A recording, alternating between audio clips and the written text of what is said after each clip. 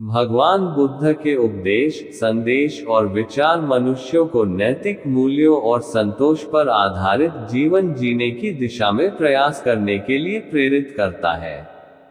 भगवान बुद्ध ने पूरी दुनिया को करुणा और सहिष्णुता के मार्ग के लिए प्रेरित किया। वैशाख बुद्ध पूर्णिमा को गौतम बुद्ध के जन्म, बुद्धत्व की प्राप्ति और महापरिनिर्वाण दिवस के रूप में मनाया जाता है। अपने मोक्ष के लिए खुद ही प्रयत्न करें, दूसरों पर निर्भर ना रहे। किसी विवाद में हम जैसे ही क्रोधित होते हैं, हम सच का मार्ग छोड़ देते हैं और अपने लिए प्रयास करने लगते हैं। आपके पास जो कुछ भी है उससे बढ़ा चढ़ाकर मत बताइए और ना ही दूसरों से ईर्ष्या कीजिए। घृणा घृणा से नहीं, प्रेम से खत्म होती है, यह शाश्वत सत्य है। स्वास्थ्य सबसे बड़ा उपहार है, संतोष सबसे बड़ा धन है, वफादारी सबसे बड़ा संबंध है। बिना सेहत के जीवन नहीं है, बस पीड़ा की एक स्थिति है, मौत की छवि है। बुराई होनी चाहिए ताकि अच्छाई उसके ऊपर अपनी पवित्रता साबित कर सके। वह जो 50 लोगों से प्रेम करता है उसके 50 संकट है, वो जो किसी से प्रेम नहीं करता उसके एक भी संकट नहीं है।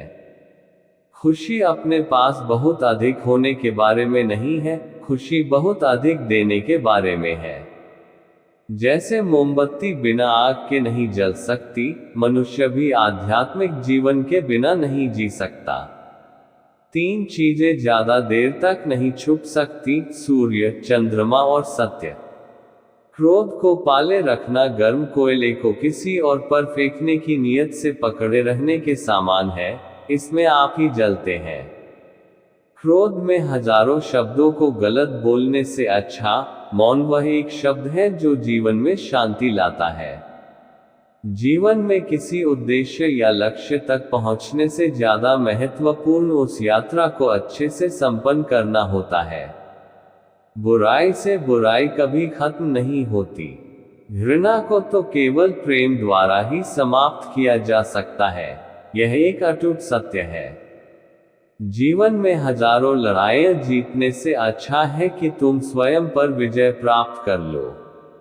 फिर जीत हमेशा तुम्हारी होगी, इसे तुमसे कोई नहीं छीन सकता। सत्य के मार्ग पर चलते हुए व्यक्ति केवल 2 ही गलतियां कर सकता है, पहली या तो पूरा रास्ता न तय करना, दूसरी या फिर शुरुआत ही न करना। भविष्य के सपनों में मत खो और भूतकाल में मत उलझो, सिर्फ वर्तमान पर ध्यान दो। जीवन में आप चाहे जितनी अच्छी किताबें पढ़ लो, कितने भी अच्छे शब्द सुनो, लेकिन जब तक आप उनको अपने जीवन में नहीं अपनाते तब तक उसका कोई फायदा नहीं होगा।